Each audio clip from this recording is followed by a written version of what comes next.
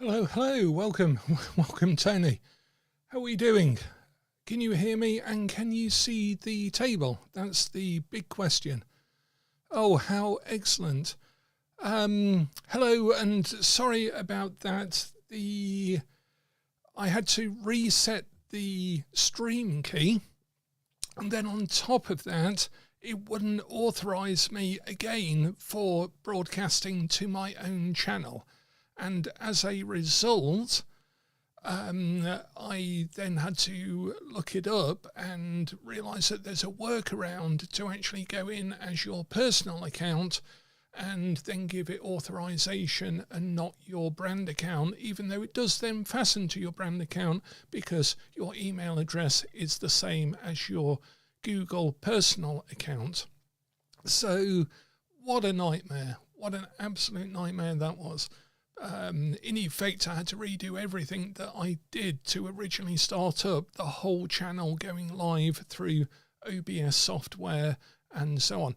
And I'm actually doing this directly now through OBS, which I wasn't able to do before. I'm actually doing it not with the studio. So there's a lot I can't actually see at the moment. I'll have to work out how to get the analytics, or I should be able to do it straight through the studio next time. But as long as this is bloody working, that is the main thing. So, thank you, Tracy. Right, so a few things then. First of all, we've got the hats. That's the main thing. That's the most important thing in the, as Tony says, the joys of life. We have special hats now in our little YouTube community. I attended another of the boot camps yesterday and I got a lot of use out of that, some connections with some other YouTubers, some ideas, all sorts of things for the channel, and it gave me a few new ideas for new content as well. So so I've set up some, what are they called, badges, and I'm going to set up some emojis, but I'll probably set a poll up for the emojis, and over time, the more members we get, the more emojis we can use. So there's only a few emojis that we have. So if you type in : hat : I actually can't type into my own chat now. I can see the chat, so that's a good thing. Yeah. Excellent. So we've got hat and candle emojis. Now that's interesting. I see. No, actually, that's the hat badge. If you type in : hat, HAT, : then you should, excellent. So we now have hat badges. That's the red hat. So that's to welcome newbies, because newbies have a red hat for their first month, for their first 4 weeks, and assuming that they decide to stick around after the first 4 weeks, then they'll get a yellow hat for their first month and so forth. So the red hat is really to welcome newbies, but I think I like these things to generate themselves automatically out of the group. I think that's the most important thing to do. So for those actually meandering in, now I'm happy to run over to about 10:15, so it's not too late given our original schedule, and that gives us half an hour to do some readings and to talk about the decks and things like that and answer any questions. So the boot camp was useful.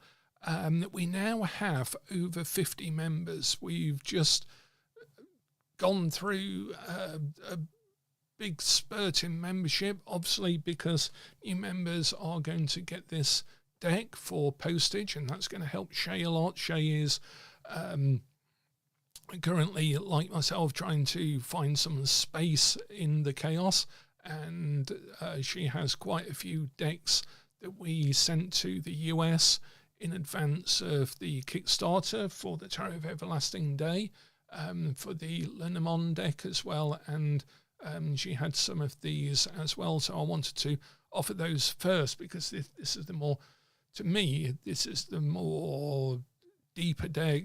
I'm not decrying my own deck, but this is something historic and special, and it represents the channel in terms of the research and the work that was done on it and so forth, and its links to the Golden Dawn, whereas this represents the channel, I guess, in terms of the future, in terms of tarot and so forth.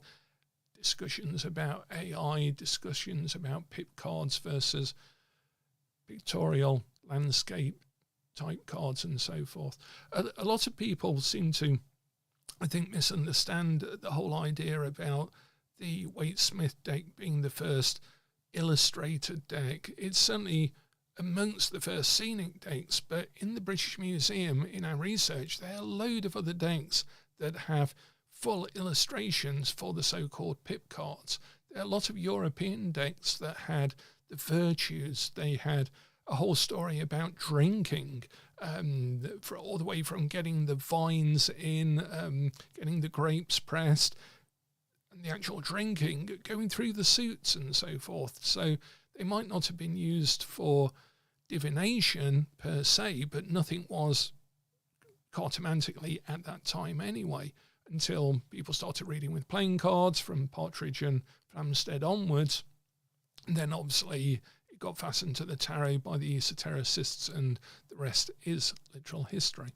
So if you're watching this and you're currently not a member, then we do have an offer where you can get this deck for postage if you're in the UK or US.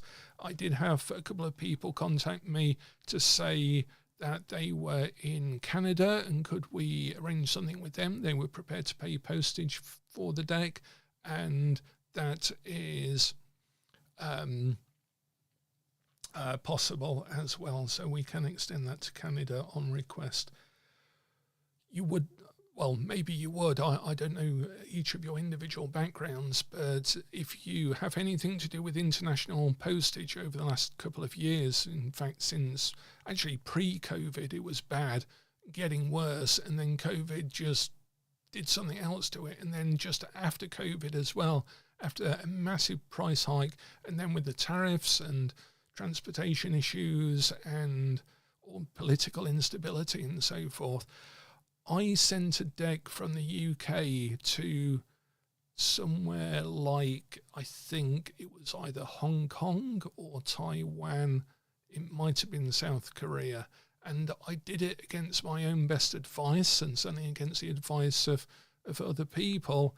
And it was returned to me after a couple of months, and it had 1,000 stickers on it. It was so damaged, it wasn't resellable or usable anymore, and it cost £35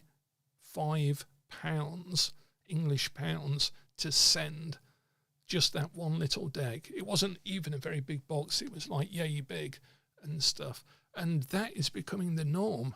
We used to send things all over the world here from the UK and so on, but it is just unreasonably stupid now. It really is. So, yeah, you can get this deck, and we have a video about the deck and so forth entirely separately as well. And this is my only copy of it as well. So, shall we do some tarot readings and talk about tarot for about 20 minutes or so, 25 minutes or so. Does anyone... don't worry, Apox, you have arrived as a proper magician exactly when you mean to. So, yeah, Baraja, cards can be scenic. Yeah, there's a lot of the European decks, a lot of the even South American decks, Portuguese language decks and so forth. I actually have a fond spot. There's a Spanish language deck that is as bonkers as hell, and I can't remember the name of it just now, but we used it for a project a few years ago, and I read with it for a year to prep for the project that never really saw the light of day. Zos, yes, so I'm going to do Tony first as a member, as a Red Hat member. What message does the universe have for me? Was it in a dream you had? Do you mind sharing the symbolism of the dream, Tony? If it was a dream, or did you mean something else? And Zos, I shall certainly do you a reading as well if you'd like to stick around. I'd be more than happy to do that. And these readings where we are talking about the actual method of reading as well. And so these are not really free readings. They're readings as long as you let me explain how I'm doing the reading at the same time readings. Okay, right, okay then. So it's good when the universe has a massage for you. I think that's far better sometimes than the messages that the universe give. Yeah, sorry, you caught yourself before I did. Excellent. Right, so we're going to do a proper invocation for this.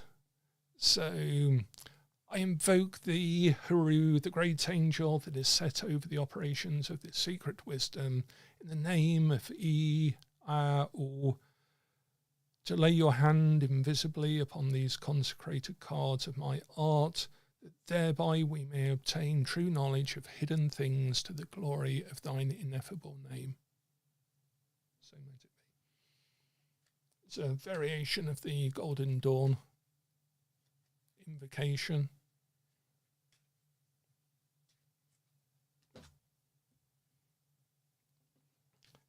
Okay, so Tony, here is your universal message. Oh, yep, that's definitely the card it wants. The Ace of Cups is the card it definitely wanted. We'll talk about symbolism in a second. And we're going to read 3 cards together. So again, as we've talked about, so we have the 4 of Swords and the 7 of Pentacles, and then we have the 6 of Swords at the bottom. So I'll just put that there for the moment. Now, we've talked on the channel before and during these readings that we are tarot card readers and we must read the cards for the question. We can deviate from that. We can go off-piste entirely if we get what we call an oracular moment. That is perfectly fine, as we say as well. The oracular moment is sacrosanct. However, and particularly for students, particularly for beginners reading, it is easier at the beginning, and certainly it will save you a lot of problems and relearning and hesitancy and doubt later on, to start at the beginning by always sticking to the question. Always thinking, if I was looking over your shoulder and said, why have you said that? You could very quickly say, because of this, and with regard to their question. Not because I saw this and I thought of this, but actually now I think of it, that has nothing to do with their question. It's a question I thought that they were asking underneath their question, but wasn't their question itself, if that makes sense. People, and I watched in the 80s, I used to go and sit and watch tarot card readers at psychic fairs every single weekend, and I would pay all of the pocket money that I had to have readings done so I could watch people doing readings. I thought that was how you learnt to read tarot back then, pre-internet, of course. And obviously over the years, I've watched hundreds of people, including Mary, Rachel, Lon Milo Duquette, everyone and everyone, all around the world. I've sat and watched them do readings. I've even watched some so-called social media wonderful influencers do readings, and I can assure you they are as bad as you might think behind their social media profile. So Ace of Cups, Four of Swords, Seven of Pentacles, but the question is, what is the message of the universe for Tony at this time? He had a dream that the universe had a message. It's timely to ask the cards to deliver that message, and so we have to interpret this as a message. So that is not a 3-card reading, past, present, future, or good, bad, or don't do this, do this, take a middle course, or anything else. We have to read this as a message. So we look at the words. So we have obviously the crowning of creation, Kabbalistically. This is the Kether of Bria. But the key words are about creativity in particular, because of it being the Kether of Bria, and that's why I wanted the waves, sort of reflecting the waves on the cup, that this is actually manifesting a very fluid dynamic. It's not formed yet or anything else, sort of like clouds as waves, because it's the Kether in the world of Bria. But it's also got about happiness, joy and abundance, which also flow from a reading of the Ace of Cups. So let's take them individually. Four of Swords, rest, peace after strife and recharge, and a time to recuperate. This is the Hesed, the loving kindness to oneself of Yetzirah, the world of formation, the world of the mind. And so this is a reset, and this is why the Golden Dawn called it peace after strife or rest after battle. And it's therefore implies a recharging as well. And that's why I wanted the knight with the clothes and the sort of religious overtones of keeping vigil. And also the fact that the knight might not even be in the armour. Perhaps they're resting underneath here. And I like that ambiguity of the card. So we've got something about joy and creativity. We've got something about rest after trouble, after mental disruption and so forth.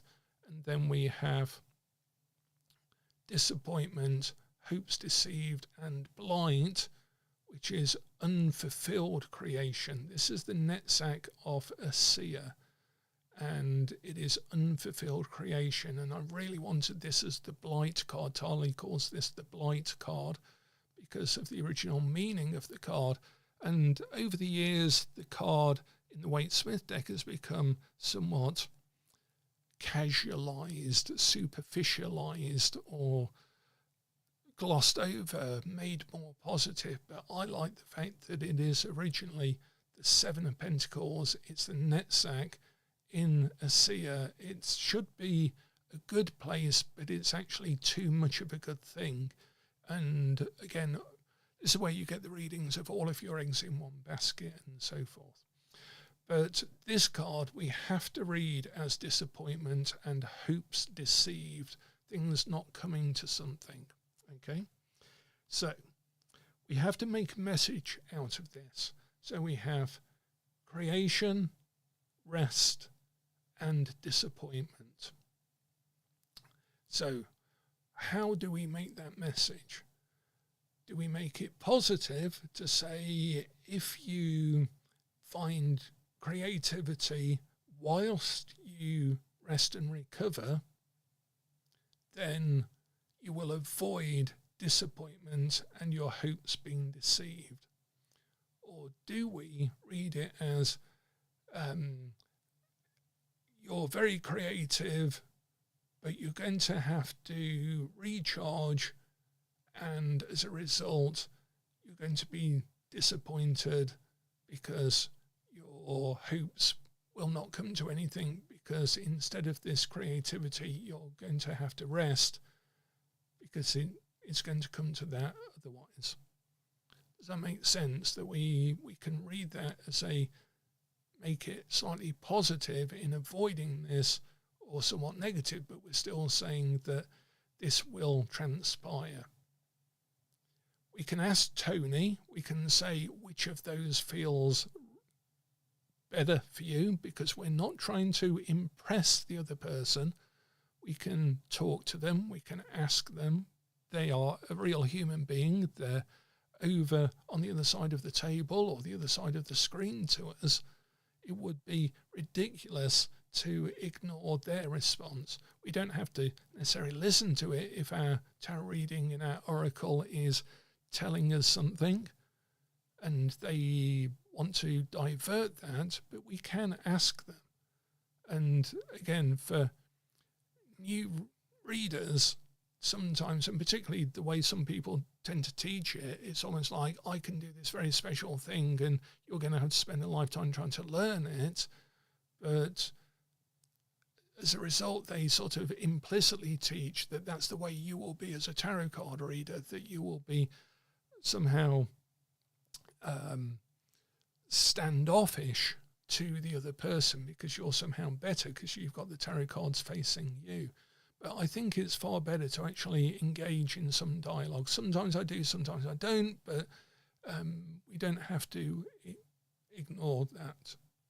So what I'm going to say for Tony is the message that I get from this is that whilst you are very creative and abundant in what you want to do, it's far more appropriate for you, and the universe told you this whilst you were asleep, whilst you were waking up. So in the very state that it wants you to be in is rest and recharging. There might be unaddressed wounds from things that have happened in the past that you still need time to recharge from. And as a result, if you try and force through this creativity, you will be disappointed. If you try and ignore this peace after rest, this recharge, you will have your hopes deceived. And if you really try and force these through, then it will come to nothing. It will come to blight, that you'll put all of your work into something and it will not come to what you want. So the message is rest up. That is your work for the time being, is to take time to contemplate disagreements, words, all of the things of the sort in the past. Now I'm sort of extending the reading beyond the cards into the sort of suit of the swords, the fact that it's about ideas, so this is not emotional healing, it's more a mental health check-in sort of healing. And if you are too overwhelmed by the emotional side of things, you're not going to carry that through. You're not going to honour that card because you're not ready to pick up the sword again at the moment. And that will only lead to this. So this is a warning, and a message can be a warning. We mustn't ignore that. It doesn't have to be positively inclined. It doesn't have to be outcome orientated. Sometimes a message or the result of counselling, therapy, talking to a friend, whatever it might be just take time. It is not time. If you do, it's going to go to hell, and it's a warning. Yeah. So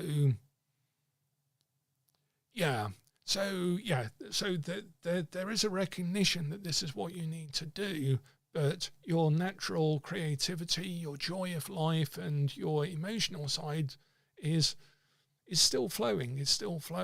But you need to almost have that at rest for now until your head is a bit clearer, even more so than it might appear at the moment, because quite often we don't know the state of our own mind. Other people might, but we don't. And as a result, if you do try and force that water through, you're not going to be a farmer. You're going to be like a soldier putting a crop to burn rather than to grow, if that makes sense. And then the Six of Swords underneath the whole reading, just to take a look at that, is about travel and success and an evaluation. So there is a sense of you also the perfect position to be the Tifreth of Yetzirah. This is a far better position of swords than the 4. The 4 is a very difficult place for the swords to be in. They far more prefer to be at the beginning of the suit or in the middle of the suit. The pentacles like to be at the end of the suit. The cups sort of in the middle, although the cups are sort of good wherever. Get the kettle on. Exactly, that sort of travel, that also ability to meet other people and evaluate where you are in life through travel, through meeting other people, through seeing other customs, other places, other ways of life and so forth, will be something that will serve you very well, but just not yet. You need to sort of store, save, build, recover, make sure everything's tickety-boo before you actually do what's driving you underneath and so forth. Make sense? Okay, so for Zos, who I need a reading in capitals. Are you still with us, and do you have a question that I can use to demonstrate reading, which is what this channel and this particular sessions of this channel are all about. And thank you again, everyone, for bearing with the earlier disruption. I'd like to say it won't happen again, but you know the way of these things.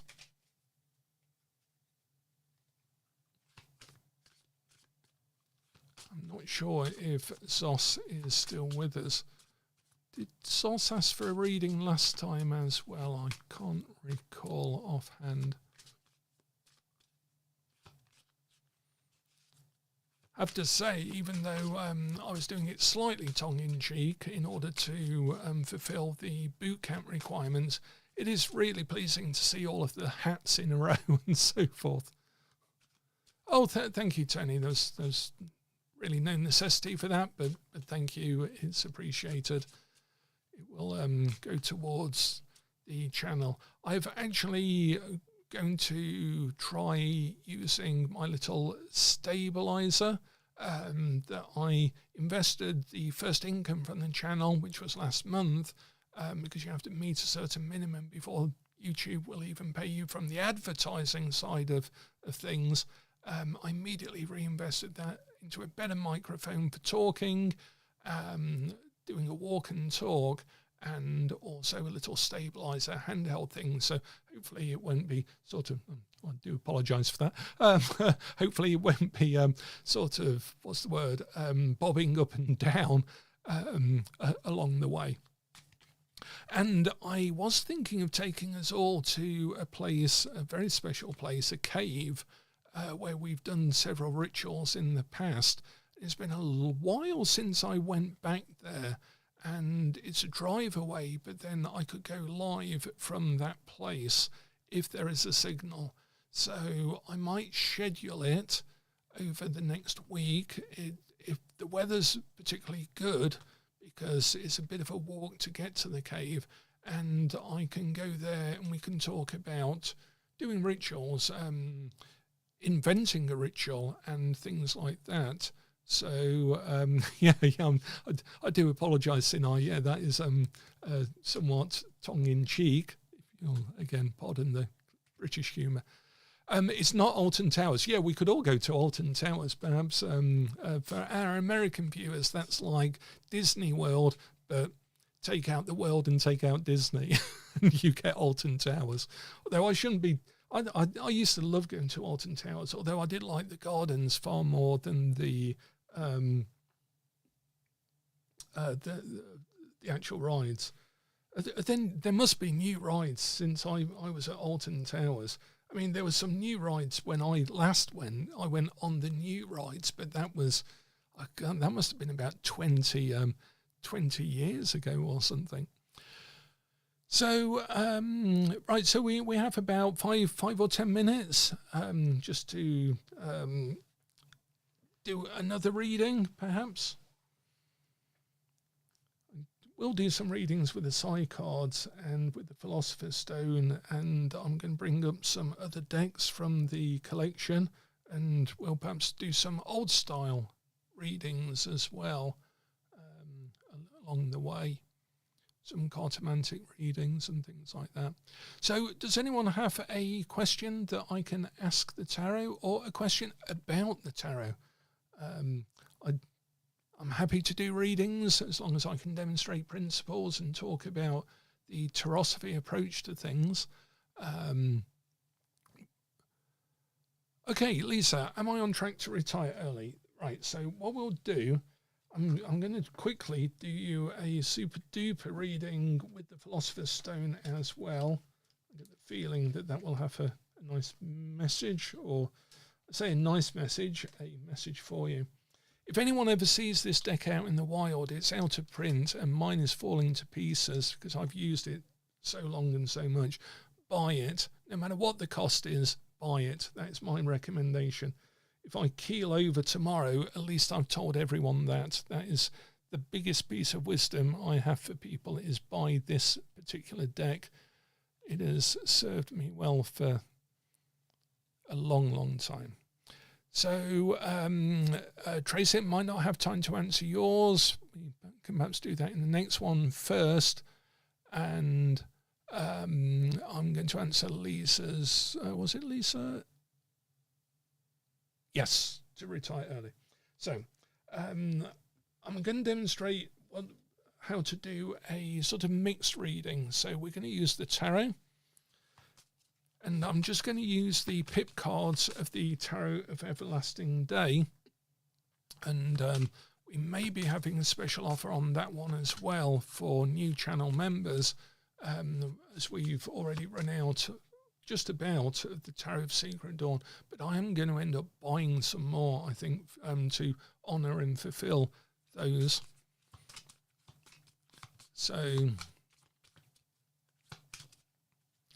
okay, Lisa. So the answer to your question is the Four of Cups, which is about a retirement. It's about hiatus. It's about indifference to monotony is my fabulous keyword for that. Indifference to monotony, as things being the same. But this is world weariness, mixed messages, and as I said, hiatus was the best word I could come up to summarize this.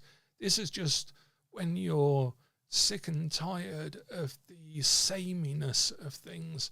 It's the Hesed of Bria. It should be a wonderful place, but it's sort of too much. Not too much in a positive way, just too repetitive, too much of the same thing. There's nothing new in this card. It is the same old, same old. So this is about the retirement itself, and perhaps the feeling that you have of serving this system constantly, and it's just you're tired of it. So, but there's still a long way to go with the Four of Cups. And I'll just mention about timing as well. So the next card is the Five of Cups, which is about satisfaction. So it's about finding satisfaction. And again, because it's saying that there's still a while to go, you're going to have to find satisfaction in the current situation emotionally. And we've got two cups now, the Four and Five of Cups. So this is generally favourable, but it's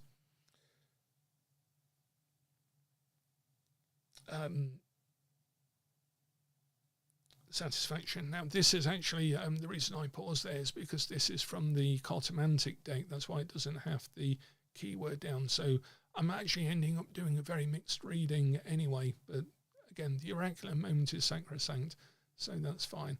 So you need to find satisfaction in the current situation. And the final card is the Empress. We'll look at the base card in a minute. which is about your own health, your own life, but it is a long-term card. The keyword longevity also applies in terms of the natural flow of things.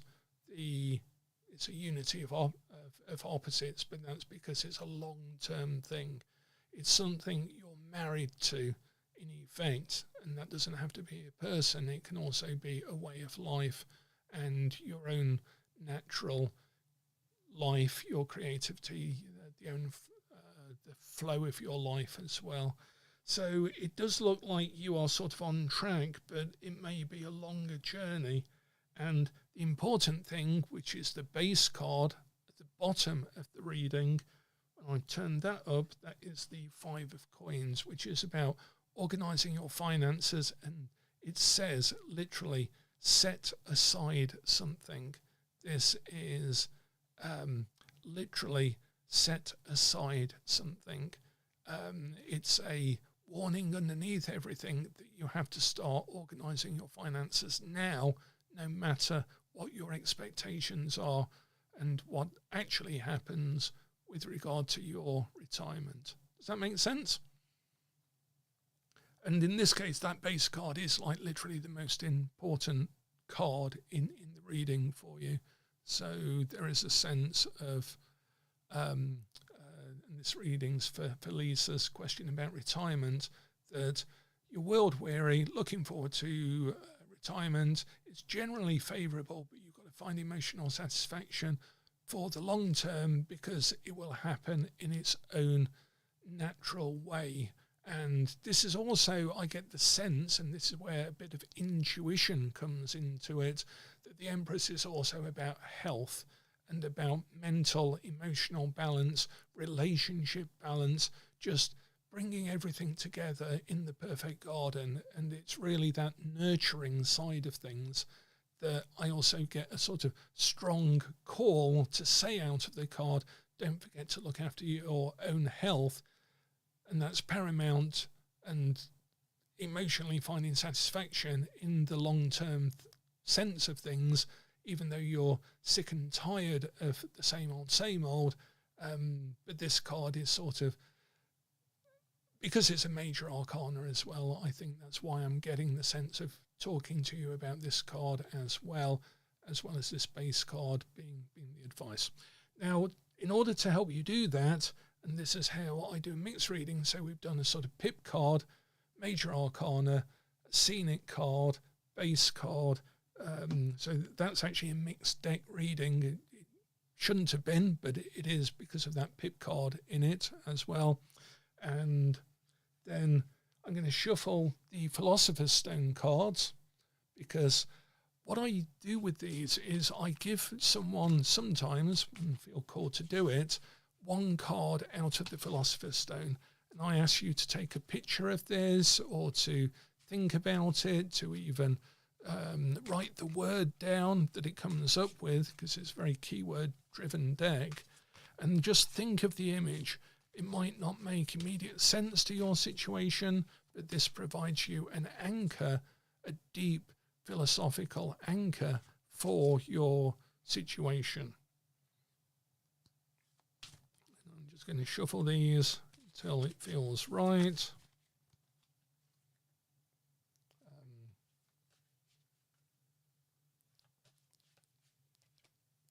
I was almost thinking I should just shuffle and look at the cards, and the deck is telling me, no, you have to do this real. Always do it real. You have to shuffle it. And it wants you to have this card here. Secret.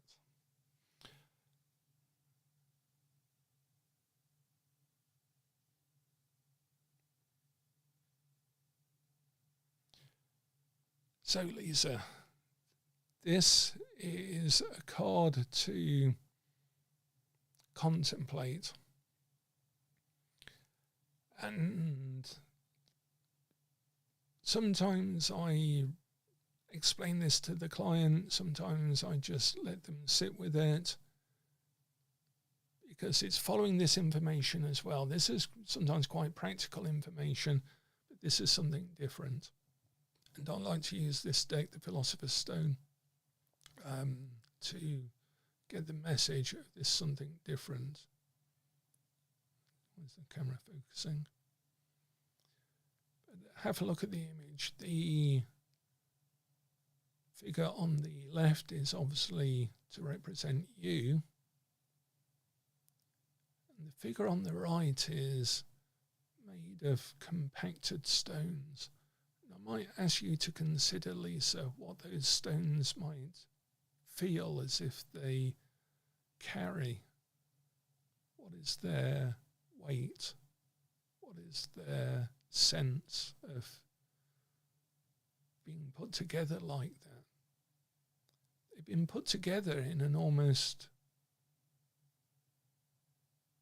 similar, identical manner to you, to the way that this figure is. It's different, though. It is not you, it is not the figure. It's a collection of things. Perhaps they're bound together in some way. We have to wonder, a cave, who put them there? Did the figure make them? Did the figure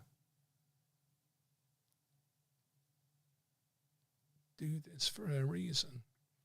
And perhaps you might dream tonight, or perhaps it will be tomorrow night, or even the night after, of what it is that is in the cave that you need to enter, and how the light shines behind and casts a shadow. Perhaps the secret is only where the shadow is. Perhaps there's something inside those stones. And I like to wax a little bit lyrical with open-ended questions, metaphors, swapping between is that you, and you might be bound in the same way as the stones or not. It may be that the stones were put there by somebody else, and who would that be? Would it be a part of yourself even? And allow the unconscious to really get a sense of ways of recognizing the image. Because as tarot card readers, we are bound ourselves by the image. And it's important to present that image in such a way that it's more effective to the other person. It's not for us, it is for the other person. We are the conduit, the reader of that image on behalf of the other person, which is a very honoured position to be in, particularly when the question is so important and when there is such a sense of time and the importance of how we spend time in the question. And these have the answers when we see them in the cards themselves. Okay then, so I think we'll leave it as that. Again, thank you everyone for sticking with us as we went round this. I think 4th time was the charm, 3 times the curse, 4 times the charm. And I look forward to announcing the emojis. We'll have a few more emojis. I'll set up a poll for that. So if you've got any ideas for the group of us as magicians, then actual magicians, then I would love to see your ideas for emojis as well. I'll keep you updated as to the boot camp situation. I'm not very pleased at the moment with the way YouTube are responding to us in terms of the feedback and so forth. They're a bit haphazard about it, I have to say. And there are certainly some things about the whole YouTube membership system that could be a lot more community driven, even though they are saying that they're working on it. So, yeah, and I will start the upload as soon as we've finished in a moment of the Anitheon Lesson 2. I hope that I've delivered a killer technique that you might have come across before if you've looked at some of my other work, but not in the context I see it, and not in the context of the Western esoteric and history system. You see, now within YouTube, within this group, I think it's I'm finding my own way in what we can talk about and what we can do, and the advantages of this medium and the community aspect of it as well in particular. I think we are going to be able to do some really cool stuff over time, and I'm glad to have you all on board. And if you have any suggestions, then please make them. I'm keen to be directed with this as well, because the last thing I want to become is someone who just burbles on YouTube about things that aren't necessarily factual, useful, and relevant to you, to the people on the other side of the screen. And even though I can't see you, I'm assuming that we're all in a room together and we are discussing things that we all think are important. And we don't want to waste our time, do we? Okay, thanks a lot, everyone. And as ever, that upload for members, that second lesson will be available to you probably take about 3-4 hours to upload. I recorded it on my camera and filmed on my phone camera, and it filled the entire camera, what was left of it, and has also reminded me to back up my hard drive because it was a massive file in 4K. So yes, you can have a sneak peek at the books in my random pile. In fact, somewhere in that pile, I don't know if you can see it, I'll have another check, are my entire pile of books you can read in a day that I did a video for recently. I put them back, and that's where they sit in the living room for giving to people when they visit and they want something to read for a day. I can give them one of those books. So thanks a lot, everyone, and thanks for your support. Always appreciated, and I look forward to seeing you soon. And until then, as ever, the worker is hidden in the workshop.